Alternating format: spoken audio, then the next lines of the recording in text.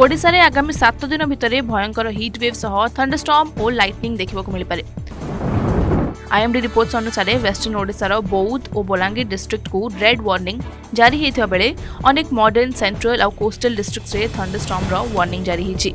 सुंदरगढ़, केउझर, मयूरभंज, अनुगुल, ढेंकानाल, बालेश्वर, भद्रक, कटक और केन्द्रापड़ा रे 50 ରୁ 60 km/h गति रे पवन सह लाइटनिंग रो संभावना रही। ए थंडरस्टॉर्म मेनली अपराह्न और संध्या समय रे हेई पारे।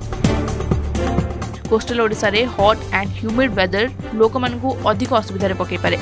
लोकमानकु मध्याह्न समय रे घरु न बाहरियाकु परामर्श दिया जायछि। तेबे 4th डे परे ओडिशा रे अनेक अंचल रे रेनफॉल एक्टिविटी बढ़िबार संभावना रही। ए प्री मॉनसून रेन जोगु राज्य रे मॉनसून एंट्री पाई फेवरेबल कंडीशंस क्रिएट होउछि। वर्तमान स्थिति अनुसार साउथ वेस्ट मॉनसून जून प्रथम सप्ताह रे ओडिशा छुई पारे बोली अनुमान करा जाउछि। आपण देखुछंती ओटीवी नेक्स्ट।